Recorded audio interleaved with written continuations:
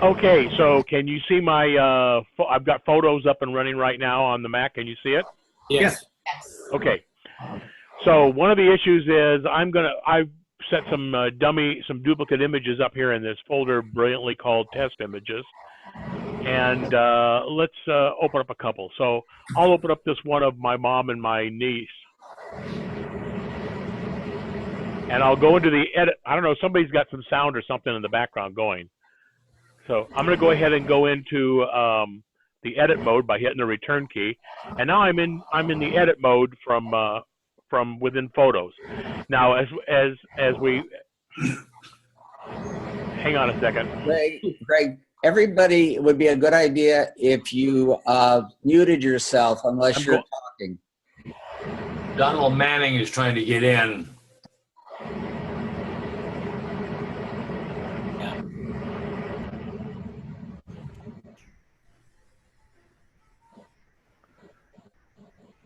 Well, hang on a second here. Let me go ahead and get over there where I can.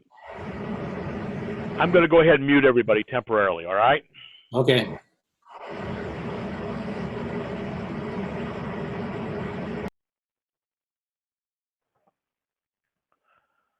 All right, so okay, so here I am right now.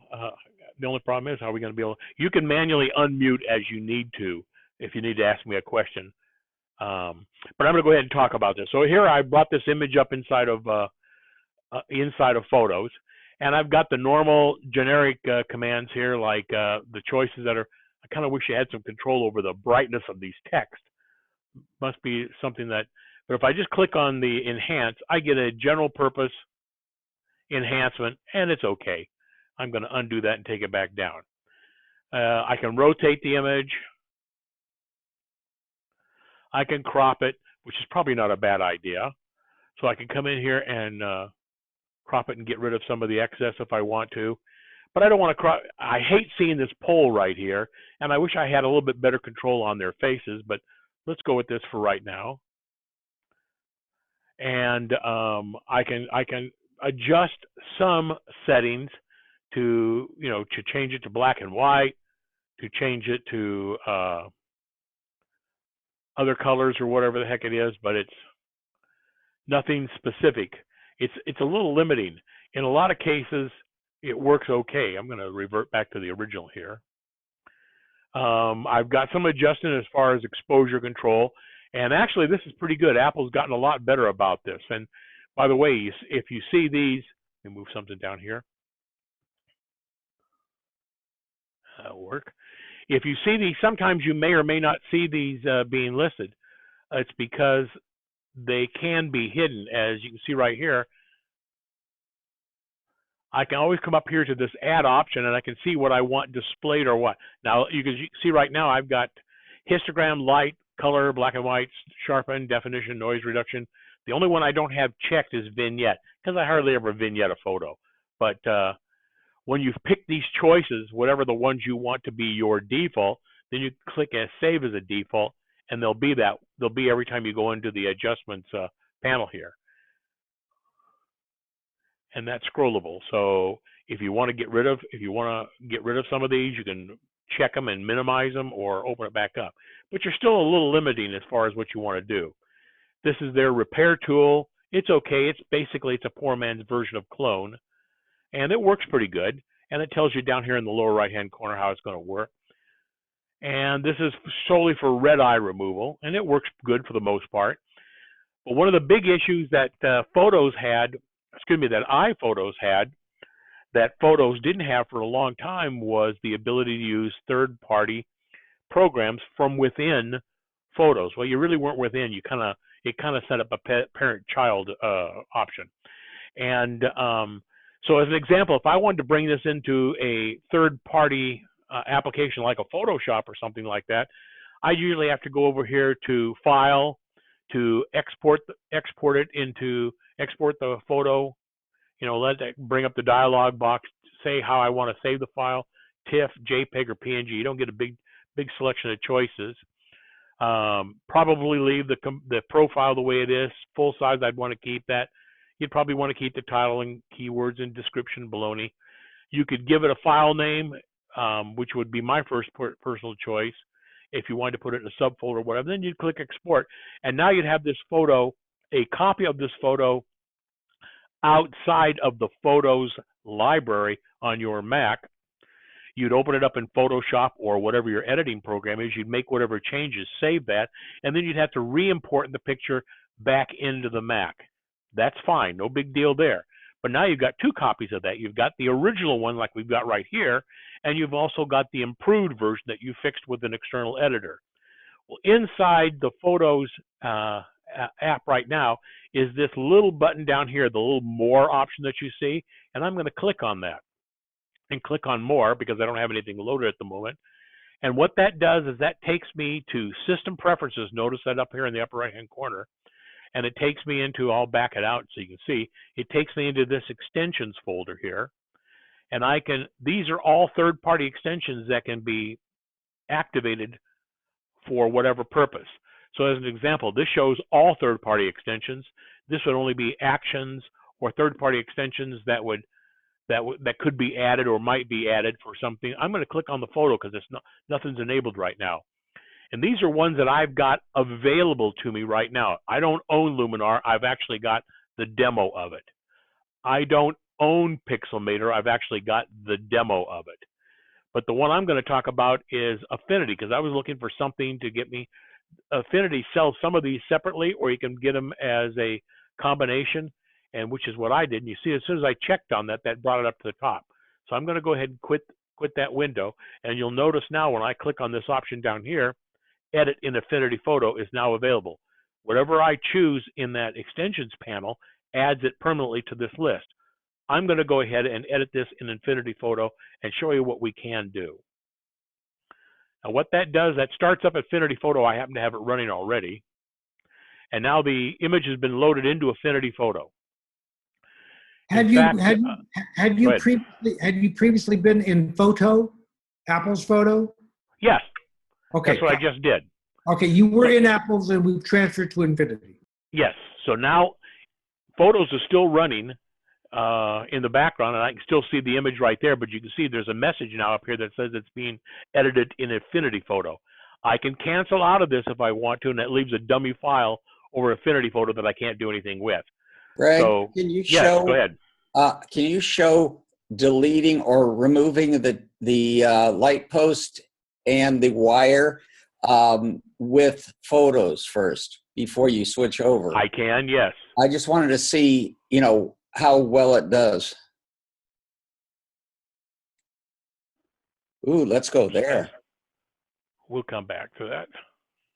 Okay, so I would come on down here to the retouch tool, and I'm going to this is basically a clone from the a takeoff from what Photoshop does. As it says right here, you're going to click and drag. You're going to option click to pick a sample.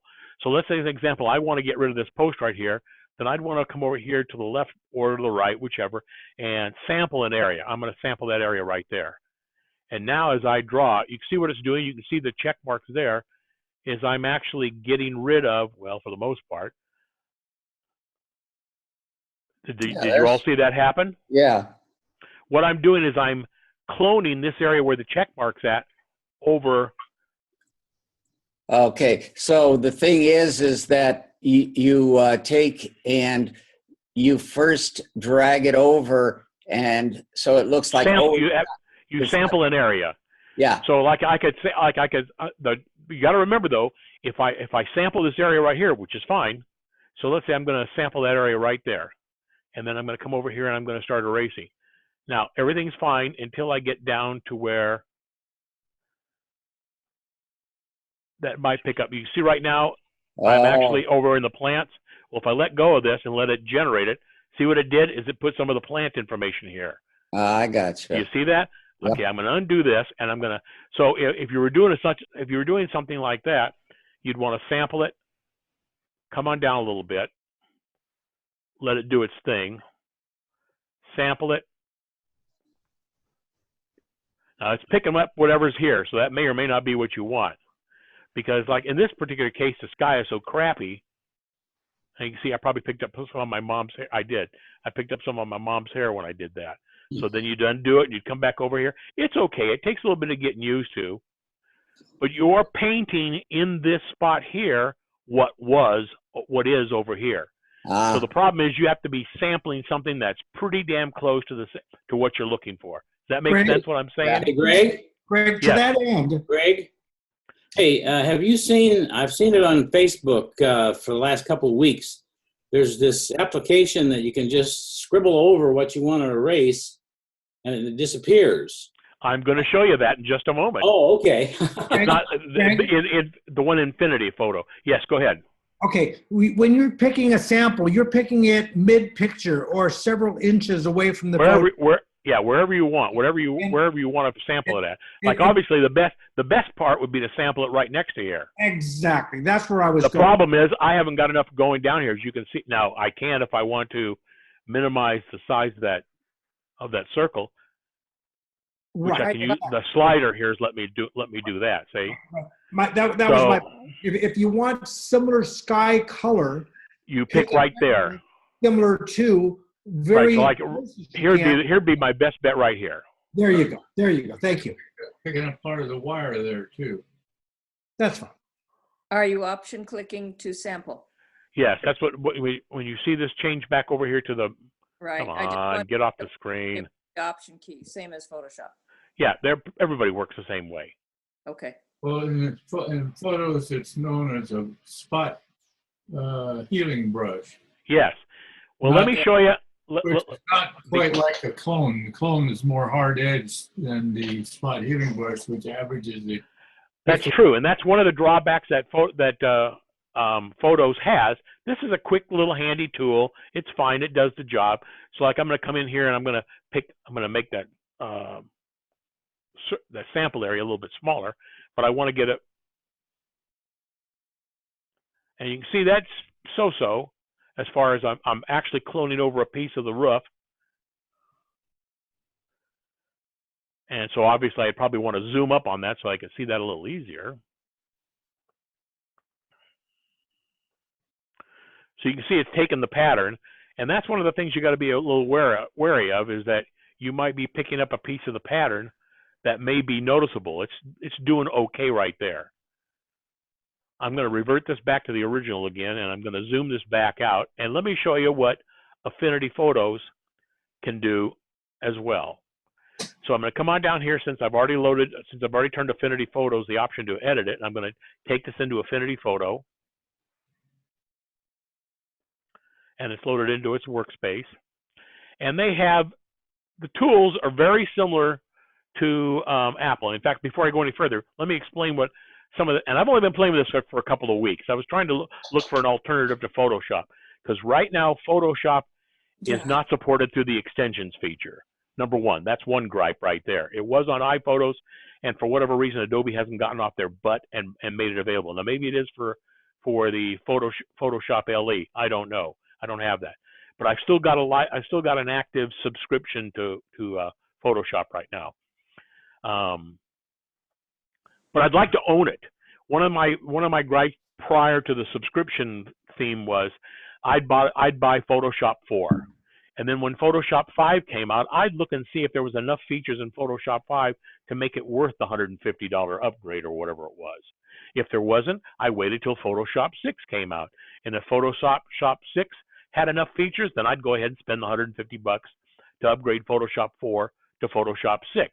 So for the most part, I bypassed about every other upgrade, because unless it offered a feature that I really, really needed it, I didn't see any reason to spend the money. You don't have that choice anymore. In the case of Adobe, you buy either the Photoshop Lightroom combination for, what is it, Bart, $20 a month, something like that? Yeah. It's $9.99 a month for Photoshop and Lightroom. Yeah, it's, so there's it's a package. You get Photoshop, Lightroom, and Bridge. Acrobat, don't you? Oh, and Bridge. Yeah, Bridge is okay. Bridge has its own unique feature, but there's ways to get around that. In my case, I bought the Creative Kit, and that's $50 a month. So that's $50 a month. That's $600 a year. Well, I lied. I signed up for school, paid the tuition at the school and didn't go and sent that into Adobe, and I'm getting Creative Kit for 20 bucks a month right now. Woo. So that was a pretty smart. I've done this in the past before. Played the student bit. The problem is it's going to time out here at the end of June. So I wanted to come up with another alternative. Otherwise, I'd have to pull a fake one somewhere along the line again. So I started looking around, and I ran across Affinity Photo. This is, by the way, available in the Apple Store or direct from Affinity. Either way, it's the same price. In fact, right now it's on sale. This package normally sells for $49.95, and right now, I don't know how much longer it's going to last. It's available for $39.95. Whether you buy it through the Apple Store, through the App Store, or direct from Affinity. The advantage of buying it through the App Store, should you trash it somewhere along the line, you can always restore it because they keep a record of all your purchases. Plus, if you've got multiple Macs, you can load it on those other Macs. You can't necessarily do that when you buy it direct from the vendor. Show us why we want to buy it. I'm sorry, what? Show us why we want to buy it. Well, I'm going to show you a few features here. First off, By the way, Greg, I'm using Photoshop CS4 very successfully with Sierra. that's fine. No problem there. So they've got a couple of things. Affinity is I think it's British, has got a few things that are a little different. This is the normal, these 5 things that you see right here, they call persona, and they're totally editable. The default one is the photo persona. When I move over to here, this one is the liquify persona. And let me show you, this will give you an example. Oh, yeah. Okay, gee, I'll never use that feature, but it's there. I might want it for something else. So rather than having it buried in with all their normal controls, they built it into this persona thing so that it kind of stays out of the way, okay? Then they've got this one here for develop persona. Now, this was designed specifically for people who are using raw image files. So, Bart, there's a suggestion there. So if you're doing, and by the way, this is available all the time. So if you've got a normal JPEG and you'd like to get into this, you can. But by default, it recognizes what kind of a file you're opening up. And so, oops, sorry, I didn't mean to do that.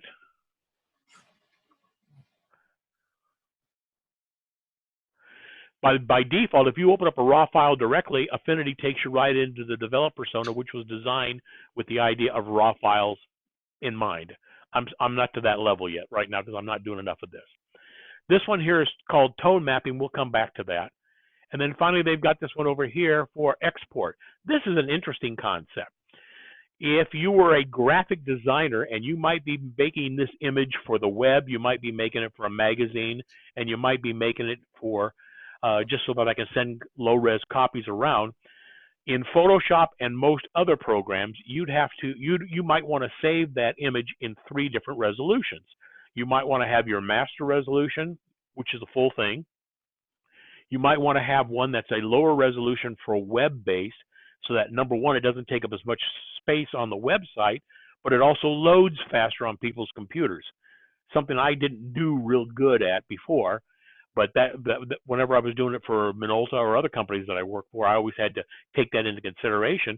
And then if you're doing one for print purposes, you might want to copy at 300 DPI or 1200 DPI, depending. So you'd end up with inside of Photoshop or some other program to saving it in multiple resolutions. You'd be saving the file 3 or 4 times. With this export persona, you can go through and create multiple copies so that every time you use the export persona, when you're ready to save the file, it will automatically generate the 3 or 4 or 5 variations of file resolutions that you need for those specific purposes with you not having to do it by hand.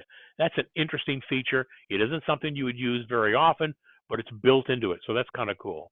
All right, over here on the tools, we've pretty much got the same kind of tools that everybody uses: the hand, the move tool, the cloud, the color picker tool. So I come in here and sample a color if I want, or a crop tool. This one's a little different. This is a selection brush tool, and below it they have something called the flood select tool. I'll come back to that. Then you've got regular marquees, and of course these are pop out, so you can make it a freehand marquee or a circular marquee, whatever. you've got the paint bucket tool, the flood fill tool. That's what they call instead of paint bucket. Gradient tool, paintbrush tool. Well, you can see they're all down the side. They've got the little helper things that come on. This is everything that you see here can be. This is totally customizable. What you see here across the top, these little shortcut for menu. So, like if I want to see this in black and white, or sorry, I'm looking at something else. That's the auto contrast tool. I'm going to undo that. I can get to stuff that I do on a regular basis. I can customize this menu bar up here to have my quick shortcuts all the time. That's a deselect tool. There's a invert selection tool, stuff I use all the time. There's a toggle the quick mask tool. Then over here, they're not selected right now because I haven't got anything. But if you were doing multiple layers, this would be moving items forward or backward, which you can always do. This would be for joining things or inserting before or after or whatever it is. This is totally customizable here. And you can also turn the display off. You can come over here to view, and you can see I can show the toolbar, or I can turn it if I need the extra screens, real estate, or I can turn it back on. Right here, it would show you, if you had multiple files open, it would show you those. But it also reads that EXIF data so that you can see right away that I've shot this with a Minolta Sony DT with the 18 to 70 millimeter lens. That was the f-stop that I shot, or whatever it was. That shows you that kind of information. But this is a contacts menu. So when I select something, let's say as an example like the crop tool, notice that changed. That contextual menu up there changed. And I have access to these right now. So if I want to go right into rotate, I can do that. Well, I didn't do it the right way, but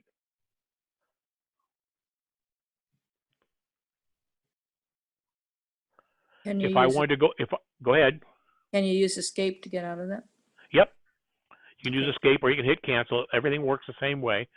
So that this menu here changes based on what tool you've got selected. So that's kind of handy from that standpoint, is that you see only really what you need to see. Greg, Go go ahead. Go ahead and go for that rotate again for a moment. All right. You can see I still got the ability to rotate it right here. Oh, there we go. There we go. There we go. That's what I was thinking was we were losing out on. Go ahead. Thank you. But I can also come up here and pick it up. I can straighten it. I can go into the straighten option. I'll come back to that. I can turn the grids on. I can change the grids to be none if that bugs me to see that. You can see everything that's dealing with this right now. If I wanted to do something along those lines, is available because that's the tool that I have selected, and this are the options for that tool. So that's kind of neat from that standpoint. So let's go on down here to what we would normally think of as the cloning tool, and that's called the repainting brush tool. Probably somebody owns that name, I guess. So we want to make sure the background layer is selected, and I'm just going to use this. Whoops, didn't do what I wanted, because I've got the width set too small.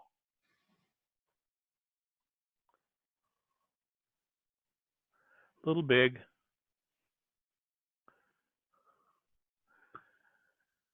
This is probably the easiest program I've ever seen that does this.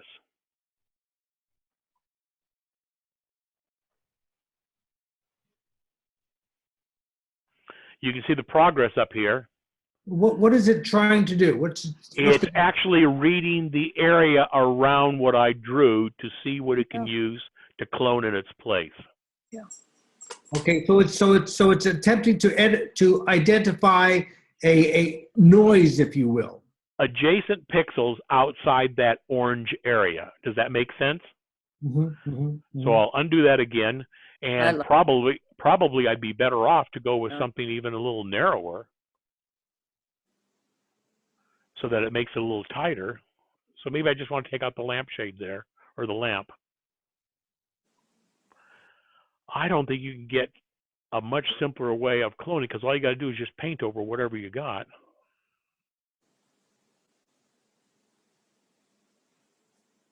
It may have a problem with the left side of that pole, depending. Yeah. Probably did.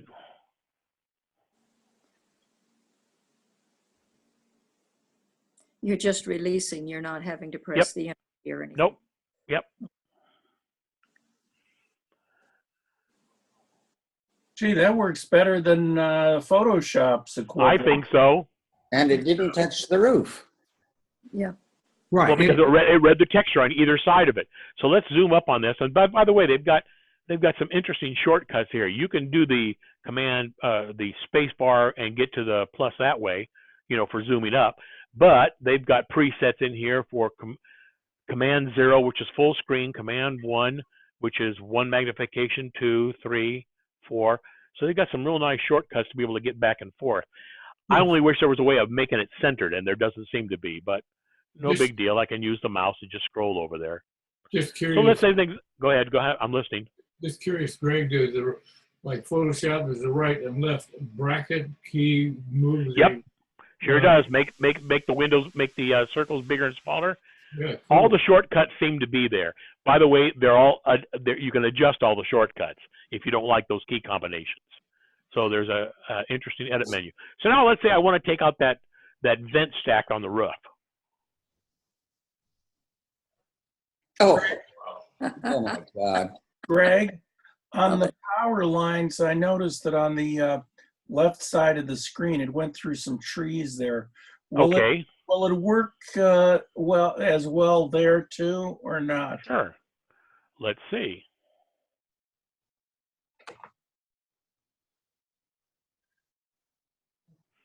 Probably take out the tree. Yep, it did. Yeah. So in a case like that, what I'd want to do is obviously make the selection tool finer.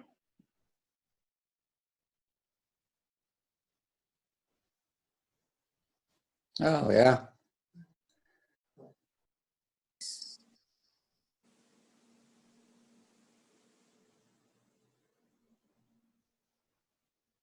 Yeah, that is definitely more advanced than what Photoshop CC has. Yeah. Nice. So I kind of like this. That's a nice feature right there. I mean, I'm going to make my selection here a little bit bigger. And I'm going to get rid of this. Trying to look at things that are distracting. I'm going to look at this pole right here, and I want to get rid of that. Oh, come on.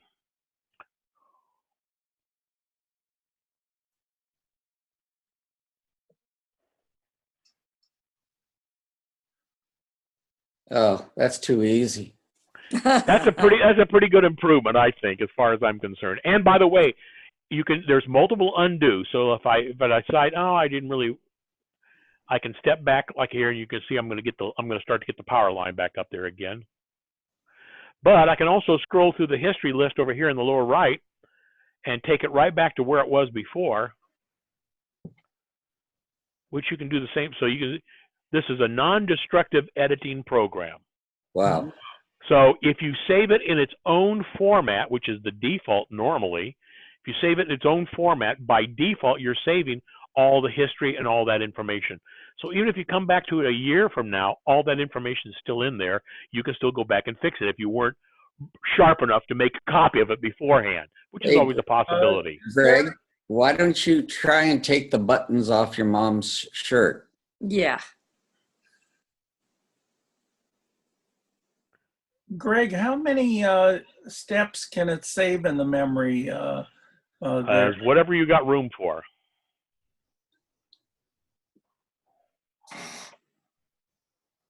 Yeah, there you go. The blue shirt.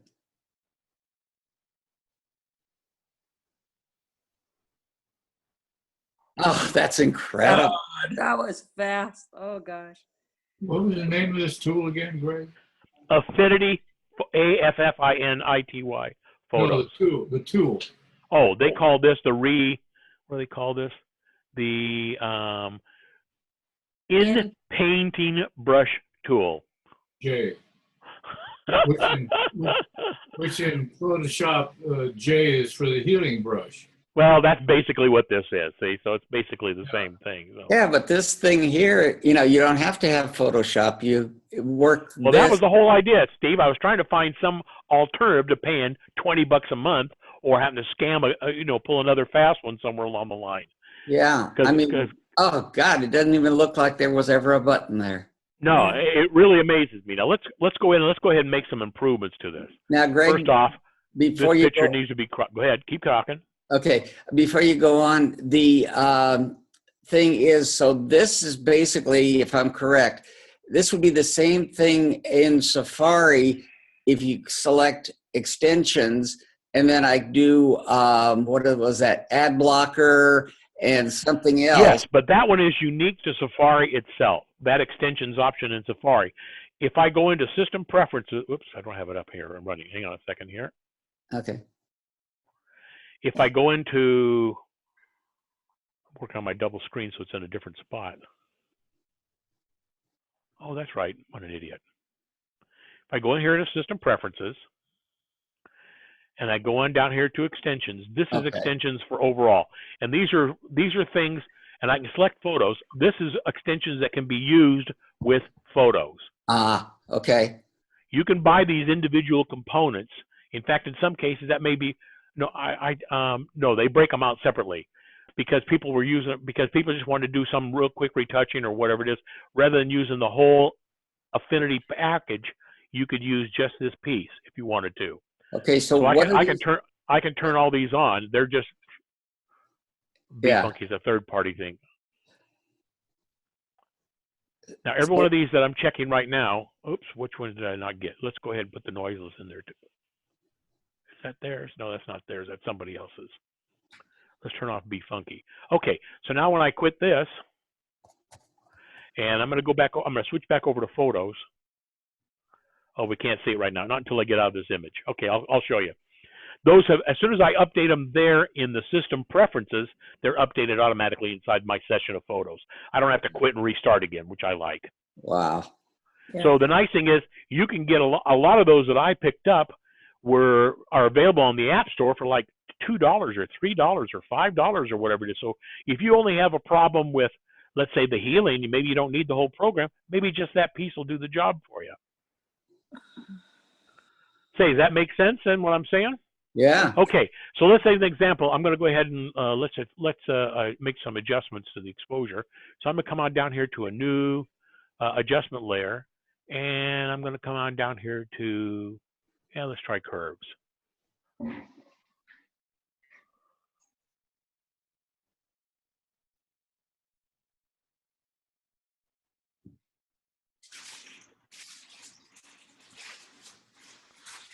And I'll go ahead and accept that. That's a little bit better lighting on their face. Probably, if I was smart, this background is just too washed out, is I would drop a new background in. I'll show you something I did playing with it the other night. Okay, I'm going to go ahead and save this back. So to save it back, all I'm going to do is just come up here to File and Save. Greg, Go ahead. could I? What was the name of the healing brush in Affinity? Could I download that and use that in Photos? I don't know if that one's available. I'd have to look at the look at the Affinity website to see. I don't know which ones are and aren't. I've grabbed some of those beforehand. I think it is, but I'm not sure. Okay, so now I'm going to go back over to Photos. Greg, And wait, go back. okay. If you were to select, if you wanted to put another background in there, the white from the background currently goes into your mom's hair. Yeah, I have to put a little effort into that. Okay, all right. So that's like, okay, so as an example, well, I could let me open up something that's got some clouds in it. Now, here is one thing I noticed, I found out the hard way. If you've opened the photo up, if you're inside the Mac Photos application and you choose to edit it inside this, probably true of anybody, third-party editor, and you choose to edit this, you can only edit one photo at a time through the Photos interface. Does that make sense what I'm saying? Yeah. From within Affinity, you can edit as many photos as you want to. So I'm going to come on down here and say, oh, how's that look? Let's go ahead and, yeah, that background's probably pretty subtle. So let's open that one up. Okay, I like those clouds there. So let's go ahead and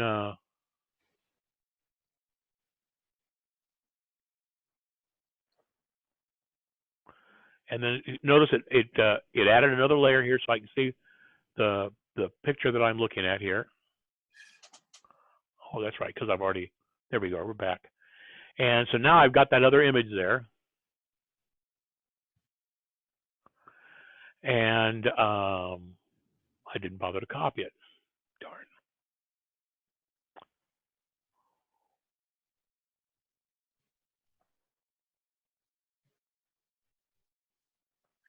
Craig, Go ahead. wouldn't it have been better if you're going to put that background in there and you've got the light hair issue, wouldn't it have been more expedient to go back in your menu and find a point before you had lightened the hair up and inserted the clouds in there and then go to the steps that followed it? Well, you know, I didn't try it with this one here. So let me open up another photo that I was experimenting with that I want to enter, that I'm probably going to ultimately enter in competition. Here we go. Don't I have the original here somewhere?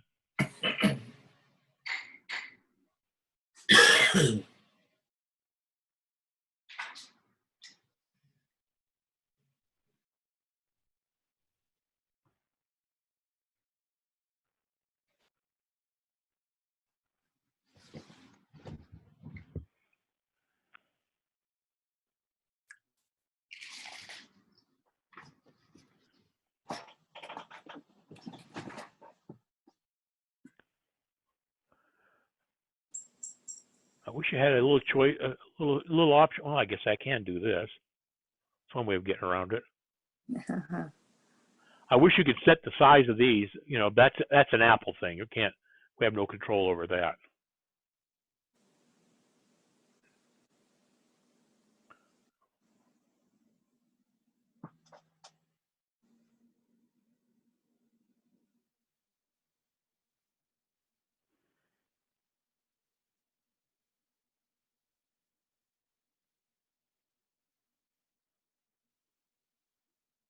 Nope, still not the one I was looking for. It's okay. Just go ahead. Go on. Well, Do let me go ahead and quit this one.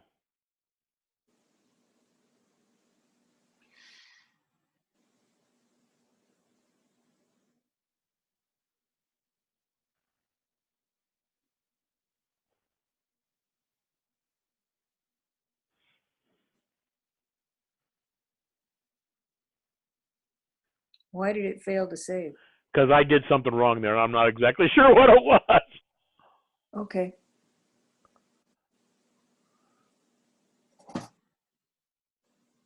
Damn, where is that picture? I had that last night. I hate it when things like that happen.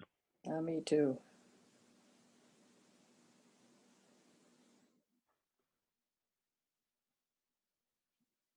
See, I wish you had a choice of size with inside those dialog boxes, but I guess you can't have Yeah. everything. You can ask. And where did I put that picture at? By the way, does Affinity have an equivalent for Lightroom? No, not yet. Not that I'm aware of. They did bring out something that's apparently equivalent to Illustrator. I'm just starting to get around to sorting this crap out. Let's see, that would have been in... Can you see it in your previously opened photos? It's in here, the picture I'm looking for. There's a place just outside of Jackson Hole near Yellowstone called Mormon Row, which is famous for these houses that have been there forever and a day. Come on. There we go. By the way, you can see when I click on extensions, those other ones have already been edited in there. Have that been in there? Okay. All right, so here was a good example. It's a decent picture. In fact, probably the first thing I'd want to do is probably lighten it up a little bit. So I come up here to do a new adjustment layer, and let's say we'll go with levels. And I don't want to make it darker. If anything, I want to make it maybe just a little bit brighter. That's fine. Too bad I can't make myself brighter. Okay, so I want to get a sky that's better than this. So I'm going to go back to that picture that I had open earlier. I think this was it. Nope, not the one I wanted. Helps if you can name these things something that's intelligent. That one, Greg. Okay, let's go with that one. That'll work. That was the one. That was the one I thought. Okay, Yeah. let's go with that. All right. So yeah. I like those clouds, and I'd like to have those clouds in this picture. So I'm going to come through here and get a piece of that. And I'm going to just paste it in here. Use the move tool to kind of sort of get it positioned a little bit. See, I'll have to come down a little lower than that. Okay. And then for right now, I'm going to take and I'm going to hide that layer.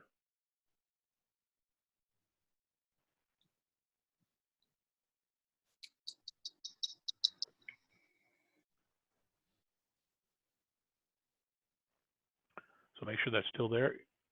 Yeah, okay. So now with that layer selected, I'm going to use this tool here called fill.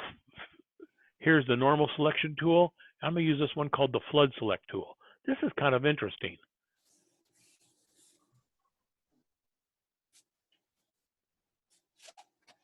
There we go.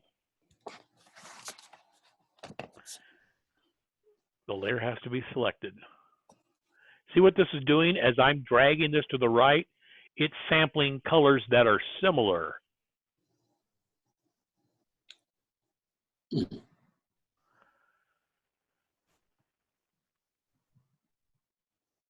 Oops, I did that wrong. So what I still want to pick this area up here. So I'm going to come up here and choose add. I can also use the keyboard shortcuts. And I'm going to add this area in here, just drag it across the tonal range. Does that make sense what I'm saying? Mm-hmm. I'm going to do this real quick, all right? Yes. And now I'm going to select, that's fine, select this layer here, and I'm going to click on this quick mask tool. Turn the background back on. Nice. Oh man. Nice. But see, this brings up the same thing as we have with the other programs, is you take and you know it can be done. It's just having the knowledge of what to press and what to do, because Well, let me tell you something interesting on that term, Steve, because when I first got this program, I played with it. By the way, there's a trial available, not through the App Store. You have to get it from them directly, and we'll come back. We'll go to that. But let's go to the App Store. And I was looking around to see what was available for Affinity.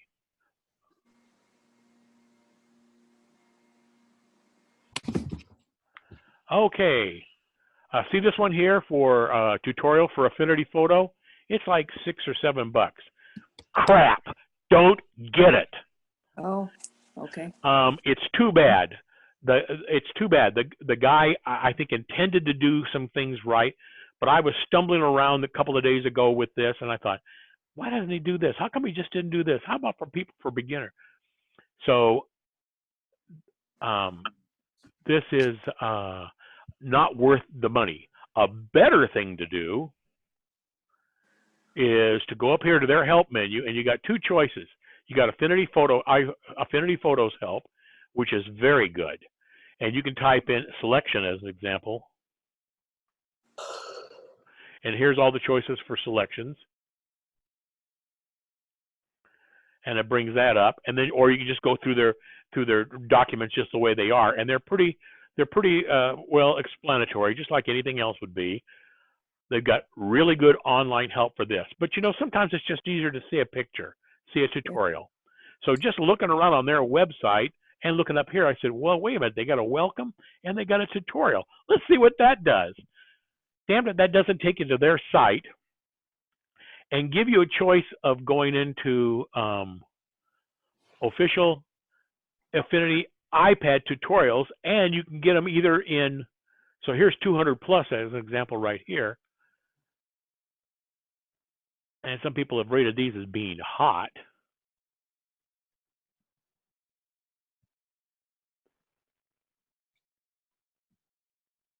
and they're available in either Vimeo or YouTube. So you've got a choice to go with both.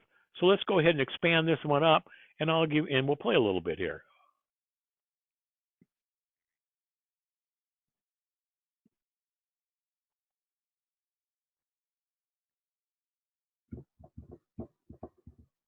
Okay, you don't need to hear the whole pitch, but these are outstanding. I went with the ones on YouTube. They're exactly the same. It's just a question of how they're formatted. And so here's the one for YouTube here. Now, unfortunately, of course, immediately I subscribed to their channel. As soon as I found this, I thought, well, that makes sense. So if you come in here and we open this up,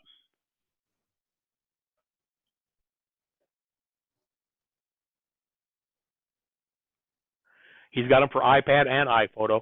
There's like 224 of them, and they're all free. Oh. you're And gonna play it. I'm sorry. You're gonna hit play. If you'd like. Just want to see how it.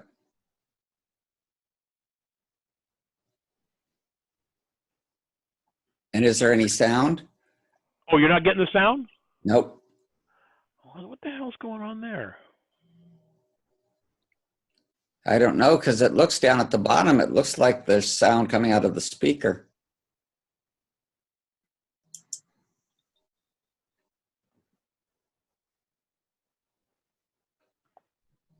Well, if we try it, probably the sound will come. Are you hearing sound there? Nope.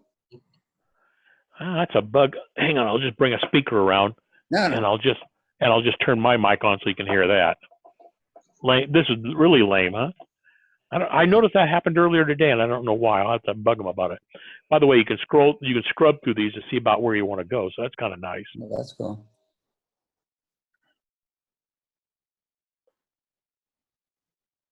Underneath, you'll see we have background red. Can you hear that? Yeah. Yeah. Our layer-specific channels, so they change depending on which layer you have selected in the Layers Studio. Oh, that's cool. So what we can do is just simply tap each composite layer to isolate it in editing. The nice thing is you can stay within their environment and keep scrolling through until you find the one you want, or you can just look it up by text. All right. Showcase your work. Of course, you get an ad in there every now and then. Well, you know what drives me nuts is like you want to watch Channel 7 News. Every single story has an ad, and it's the same ad. Create a stunning website. Go to Wix.com to create your stunning website. Well, somebody's got to pay for the free crap, I guess. Yeah, but let you have 5 articles and then ad. You are by adding your own images. With a beautiful gallery, everyone can see your best. This will be over in a second here, gang. Sorry about that. No, that's fine. Play and move things around whenever you want. Do you know anything about this Wix, Greg? No, not at all. Oh. I've just what I've seen in the ad. I haven't bothered to look yet. Bring it all to life with a video background. Because I'm I trying really need to do something different for the web. So I want to try and figure out something different other than iWeb, because that's not supported. well, it's a drawback having to work with an older operating system when you have to keep switching back and forth. Yeah. It's on Apple's part to do that, but what do you do? I kind of wish somebody had taken it over. Okay, so here we go. Hey, how's it going? And welcome. Today we're going to have a look at frequency separation. Now, in the past couple of years, frequency separation has become really popular, especially when it comes to skin retouching. How come all these guys are English? Because it's a British company that makes it.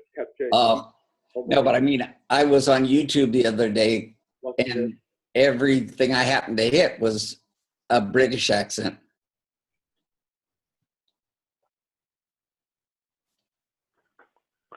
All right, so I don't want to get into my time here too much, but the cool thing is, because these people make this available for the trial, and I think it's 30 days or 60 days or whatever it is, or it locks some features down or whatever it is, but all the plugins work, everything works. So you can You can download the trial from their website, get access to the tutorials, try everything until your heart's content before you decide to go with it. And so this has got a couple of things that are kind of interesting that they did. I'm going to come up here to new selection layer again. Sorry, new selection. Oh, new live filter. This is kind of neat. They're adding more and more stuff to this. Wow. Let's pick one here that's a little obvious. Pinch. Okay, let's go with the Gaussian blur. Okay. So you can see we've played with this in the past before. That's not one I wanted to use. That didn't do what I wanted it to do.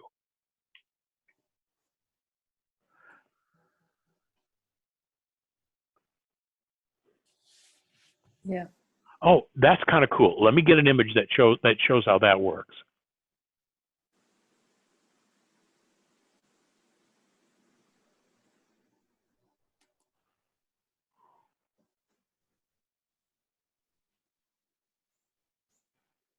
Wow, that's nice.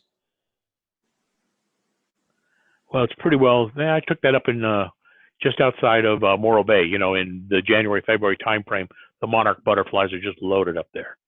Yeah. Okay, so this is kind of cool. So you can come on down here to layer, to new live layer, and the depth of field. Is that the one I want to use? Let's see. Yeah, the blue one. Oh boy, Mark, I got Greg showing off this stuff called Affinity Photo. Oh, it's, yeah. You can go back and Greg's recording it, and then you can go to YouTube and see what it was all about. Oh, look Well, at that. damn, now I can't remember how to do that. I hate it when It's all right. Go ahead. Change the direction. Yeah, Ooh, that is nice. oh, wow. So you wanted to put a little shading on the left wing, you could do that. I mean, you can control it all. That is, yeah, but one of the things I was trying to show is there's a feature on some of the live mode, but I'm not sure which ones it does now because I was just getting in there. It brings up a split screen that you can see a before and after, and you can slide a slider back and forth between them. Oh, But I'm not sure. view. Damn, I can't remember which tools it was that I had to go back and rewatch the videos. I've only watched about a dozen of them so far. Hey, Greg. This is totally changeable, so you have access to all this as you're doing all these. Oh, yeah, go ahead, Bart. Yeah, does this software have correction for specific lenses and cameras? Yep. I haven't got that far. I don't know how to do that yet, but it does have that.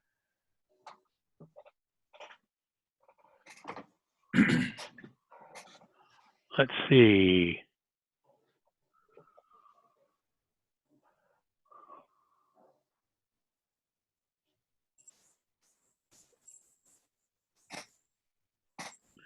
Okay, here's a picture I shot up outside of, there's a little, sort of like wild animal park used to be, just outside of Santa Rosa that Marsh and I went to a few years back.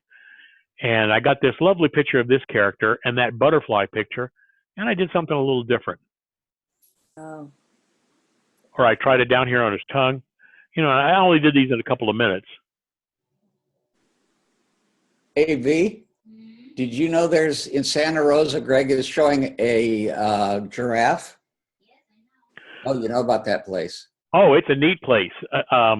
It has, they have a walking area where you can see like birds and stuff like that. And you can't walk through the whole area. A lot of it's fenced off. Yeah. So like this scarlet ibis here was taken there.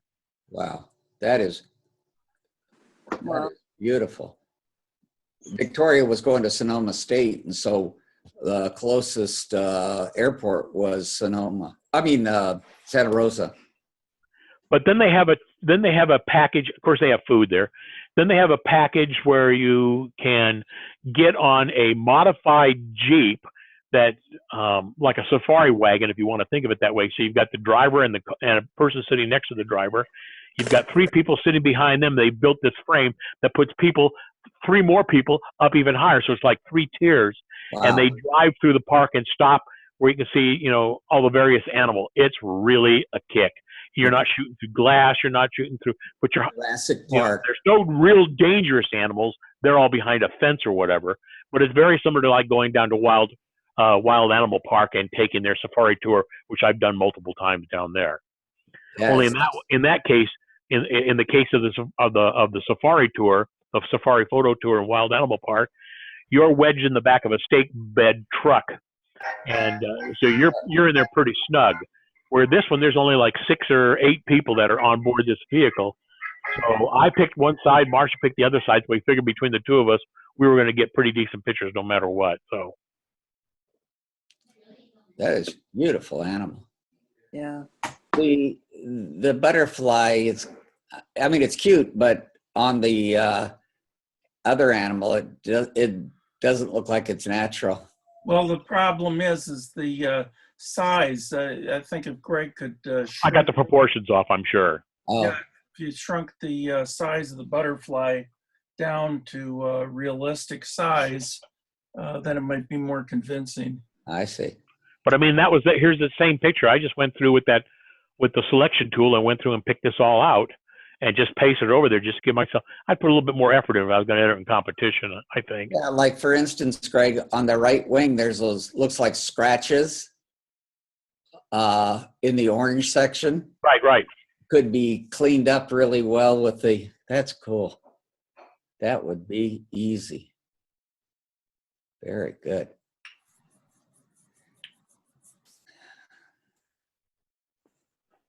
It's amazing. It is for the price, that's for sure. So like if we come over here to, I'm going to go back over to their website.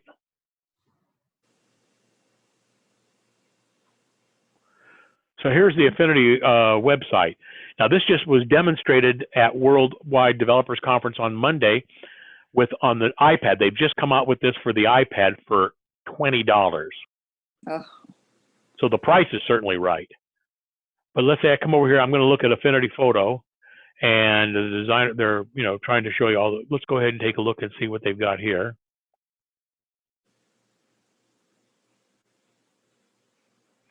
So at the moment, it's $39 to buy it. Whether you buy it through the App Store or you buy it directly from them, doesn't make any difference. Like I said, the convenience of the App Store is you get notified when there's updates all the time. It can do them for you. And if you've got multiple Macs, you can load it on all the Macs because it's licensed to you. If you want to get the trials, you have to kind of search for it. They're kind of sloppy about that. I had to. Well, they weren't sloppy, Greg. They knew what they were doing. Is that what it was? Well, yeah. If you want it, you got to work for it.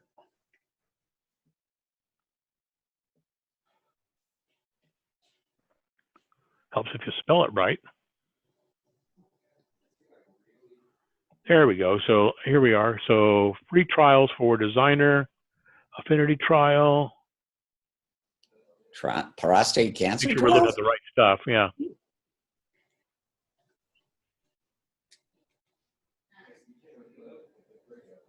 Oh, there. Okay. That's designer. That's the Illustrator clone. Oh. Oh, okay.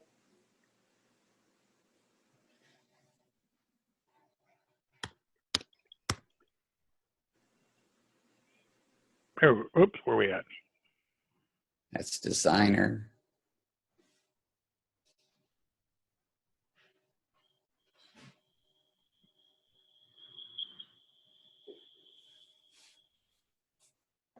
There it was. Yeah.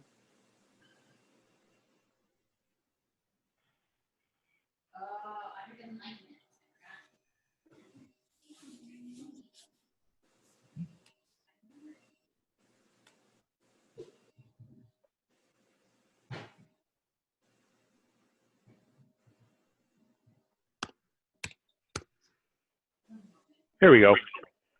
So all they ask is your name, email, and what country it is, and you get a link and it downloads, and it's a compact program. It doesn't take up much space. And now you've got access to all those features that you can try out and get into it. Like I said, you click on Here we go. Knew it was here somewhere, just had to figure out where.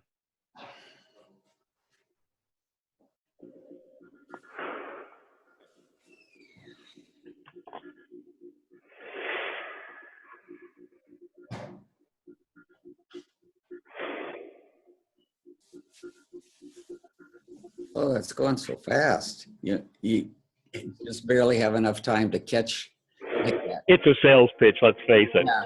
The watch, being melting. Oh, that's cool.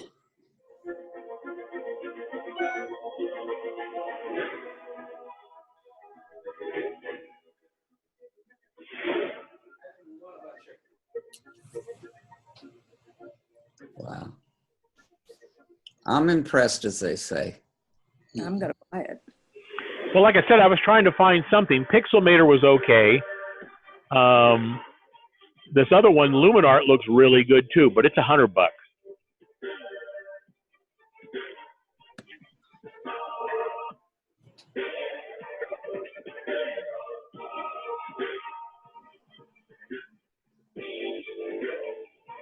Hey, Mark? Look at that. Yeah, I need help a minute.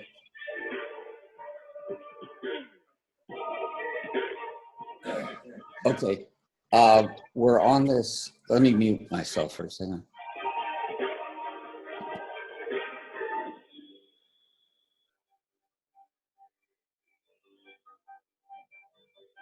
Now they claim if you're stuck on something, now this shows the full price. No subscription though. They claim if you're stuck on trying to do something that you can click on their form and within a day you'll get an answer back from somebody to tell you how to do exactly what you're looking to do.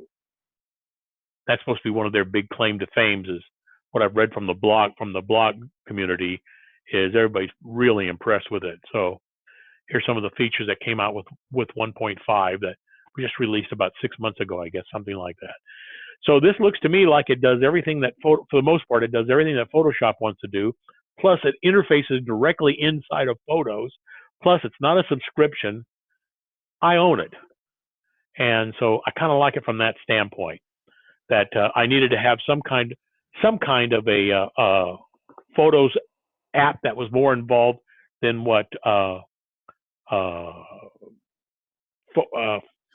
Photos by itself was, and was just trying to find another option, and thought, well, Apple's got it in their Apple Store. Let's just see how good that is. By the way, you can go to Google and type in plugins for Photos, and you'll get a slew of things that'll come up there. A couple of them are free. Like I think the one from Be Funky was a freebie, if I'm not mistaken. I've got you all muted at the moment, so let me unmute you all. Greg, the tools and Photos app or iPhoto, either are fine for digital photos, but if you're doing scan photos from over the last version media, they're totally inadequate tools. That's why we use Photoshop. Let me just mute myself. Take it a step further. Oh, no. Take it to a new level. Take it with a viewing brush. I don't know what that noise is I'm hearing in the background. Every time Donald Manning comes in, you hear that noise. That Don will blame Don? Is that what it is? I don't know. Yep. Every time coming off of Don, shows whatever up, I it hear is. that noise. Yeah. Huh. Who knows? Who knows? Okay. So would you repeat your question that you said there, Bob? I couldn't hear you. It wasn't a question so much to you, Greg. It was a comment that the tools and Photos app or iPhoto, if you're still using it like I am, are just inadequate. They're great for most digital photos, but they're totally inadequate if you're scanning photos and need to really do detailed touch-up work. And this Affinity really takes it to a new level with the viewing brush. It does. And I don't know whether you noticed it there, Bob, but they also have the ability to scan from within Affinity. So if you've got your physical scanner set up, if you've already got a scanner set up and scanner software or whatever it is, I forget what they call that generic format, but you can scan right within the Affinity. So when you scan, it's actually Infinity rather than scanning externally and then manually importing it. You can do it all from one shot. So that's kind of a nice feature. Yeah, it is. Great. Cool. Well, great presentations, Fred. Thank you very much. Well, for stumbling around, I'm gonna next month we'll talk about iPhotos and cloud storage. What's the value of that or whatever? But I'm gonna keep playing with this, and as soon as I come up with some cool, new, unique thing, I'll set it off to the side so I can show you a little bit more each time. So. Well, I think being able to just erase a poll is kind of neat. Yeah, you know what? First time I saw that demonstrated, John, that was enough to convince me right then and there. Maybe I ought to be looking at this. Yeah, I guess so. Yeah. Beyond the poll, I think an even better, more surprising for most people would be the button removal. Because not only did it remove the button, but it replaced it. Figured out the pattern. Appropriate plaid behind it. Yeah. You notice I didn't move it around. I just held it right over that. I thought it would probably make more sense to read the area around it and just continue on. So. Facebook thing I saw, it was about several people on a beach. Did you see that one? Yes. Yeah. And in one of their demos, they show that.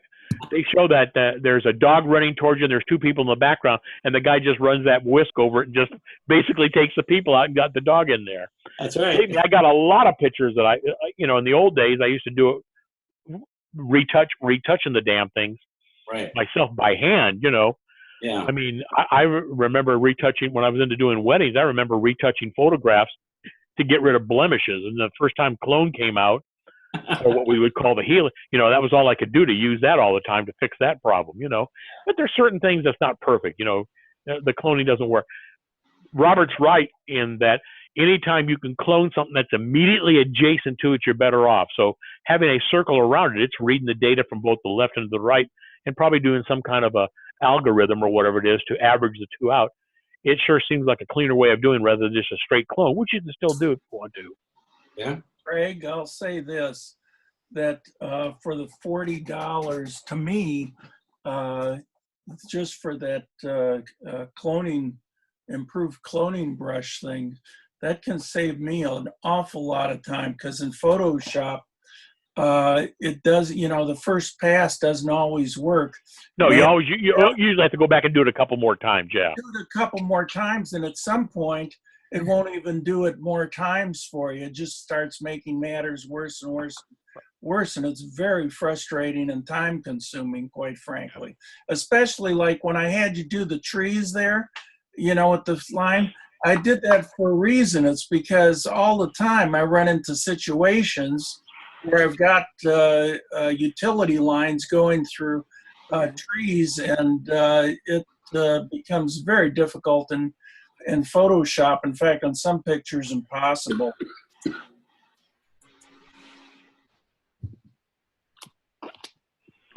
Looking to see if I had something else I had gotten far down into.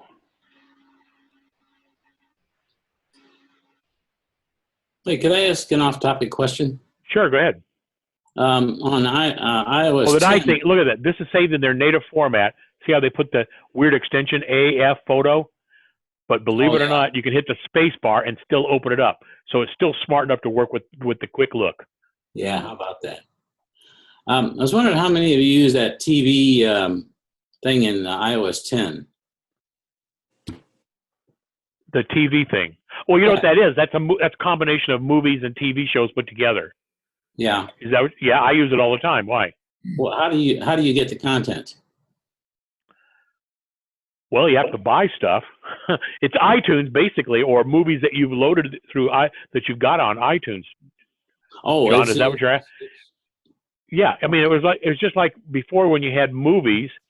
The movies just weren't automatically there. It was movies that you purchased or got for free somehow through iTunes. Right. So everything, all they've done is just combine the TV shows and the movies together as one. Okay, all right. I didn't know if they'd done something spectacular with it or not. Obviously, no, and they didn't really word that really well. I personally still liked it better because I liked before you used to just go to video or whatever it was called before, and you pick TV shows or whatever.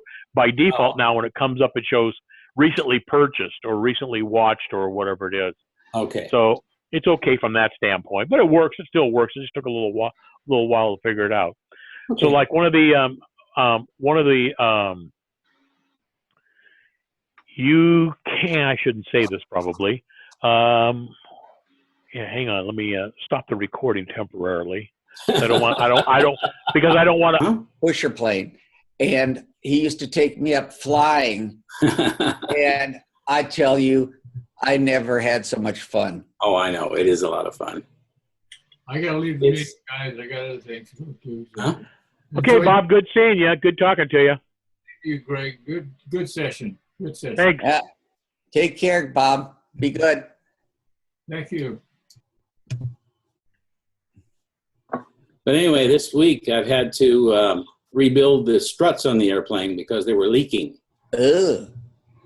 So I just finished those up yesterday. But the thing is, you hire somebody, I fixed the whole back fence, the wooden fence in our house. Yeah.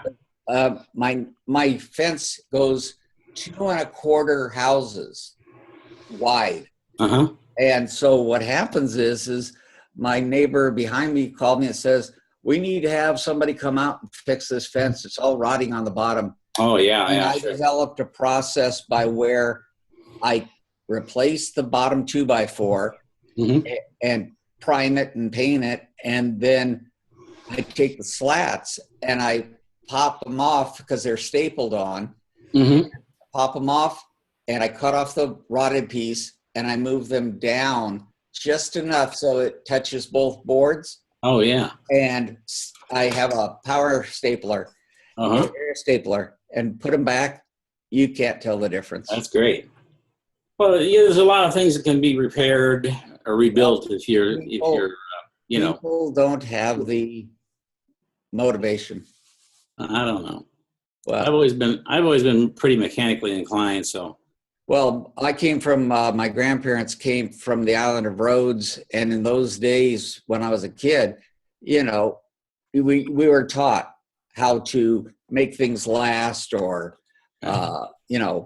extend the life of something. Right. And rather than having to throw them away. Do you remember my white Pontiac Trans Am convertible? Uh-huh. It's sitting in my garage now. It's blue. Oh. It's got 101,000 miles on it. Still runs great. I rebuilt the whole front end of it and everything, and I'm driving it still. Well, my wife, I ran in the back of somebody when I was reaching down for my sweater, going to a meeting. And so the Mercedes is a little bit. You weren't texting, were you? No, absolutely. No, but he was still doing the wrong thing, taking his eyes off the road. Tell you something. I have found the use for these. The Apple Watch. Yeah. Yep.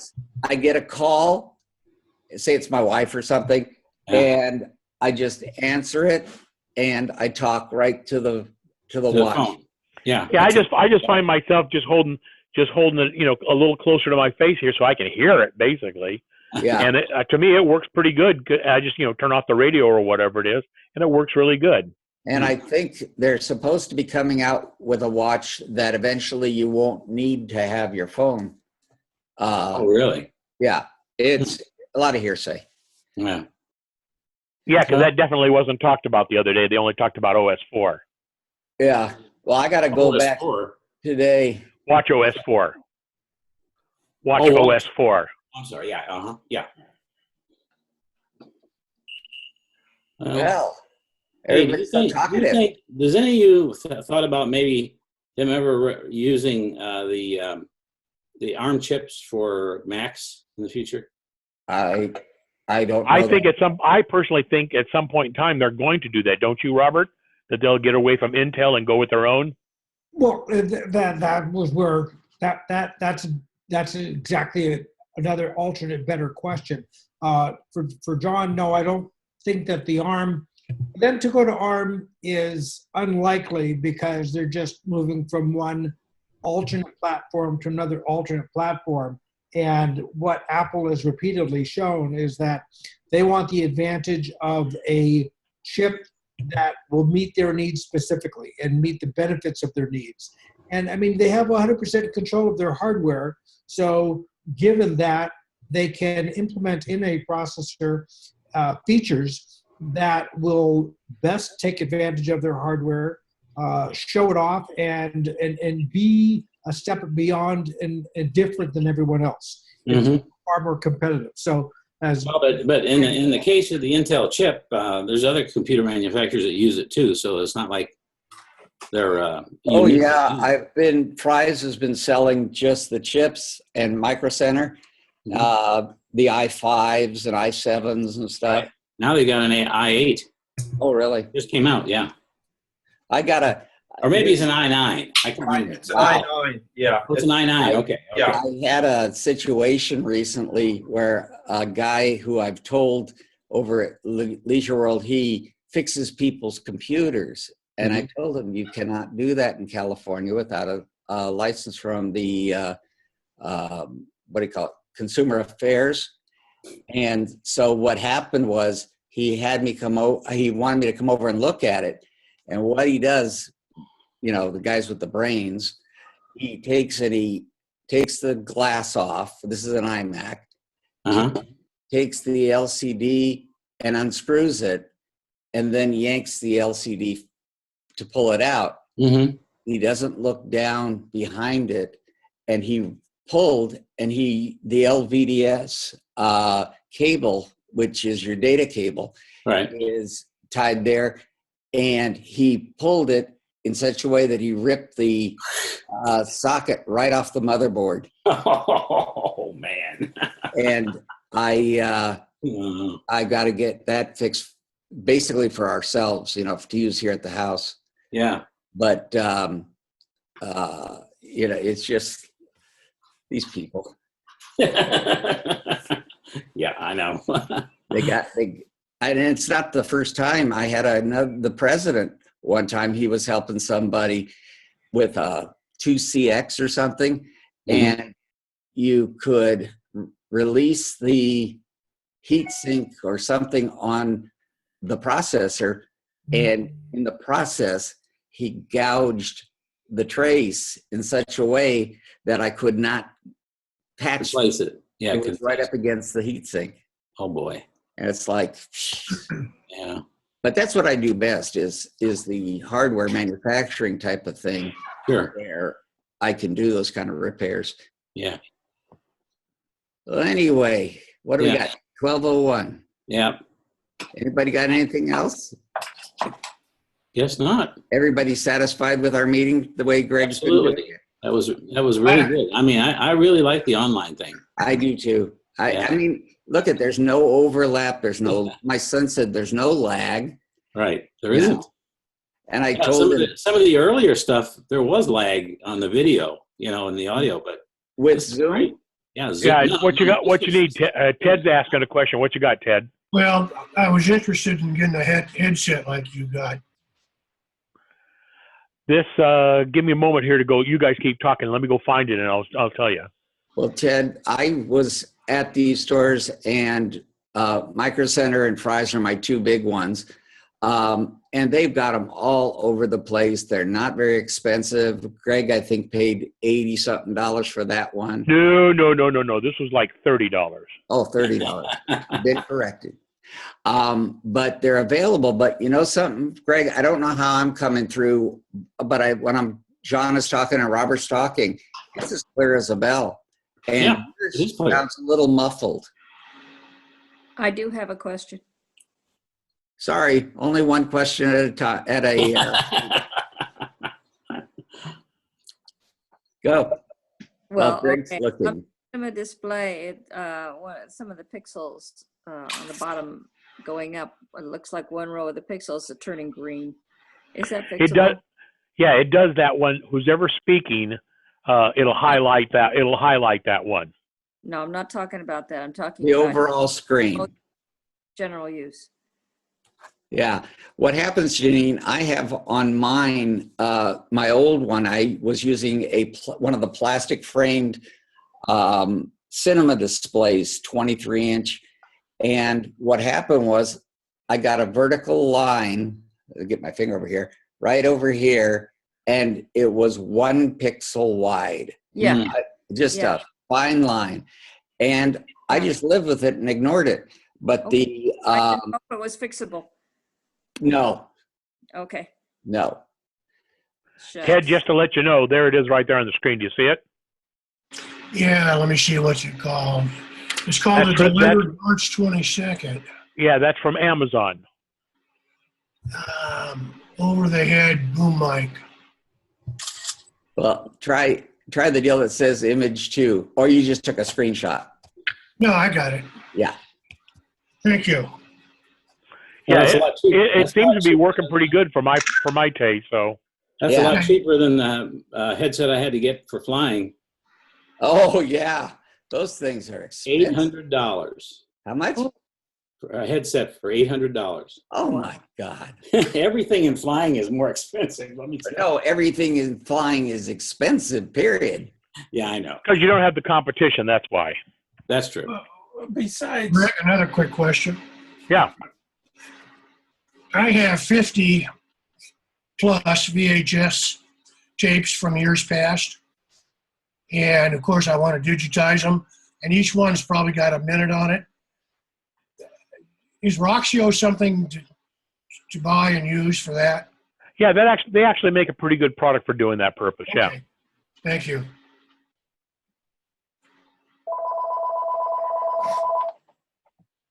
Bart, is Thank you, that guys. I'm you? going to take Yeah. off. But he was smart. He muted right away. So Yeah. That's good. And my dog's barking because, where's my cursor? My wife just got home. He can tell it, even without her coming through the door.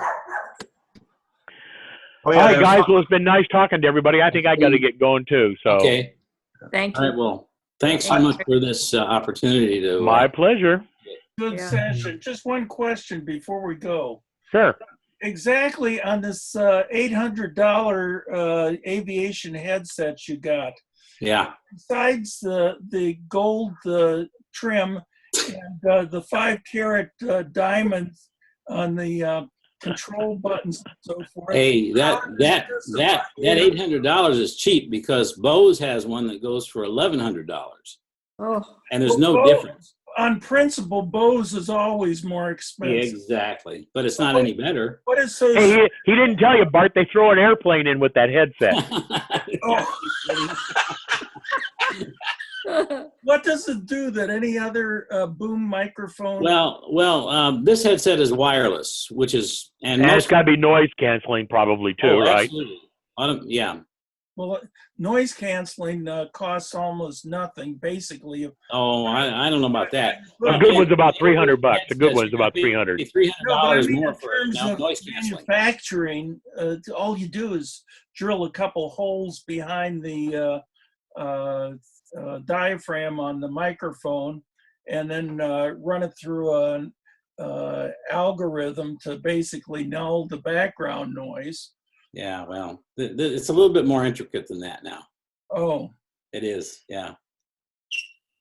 And I can't even tell you how it works, but it's amazing. Because I can sit in the airplane and I can't even hear the engine running.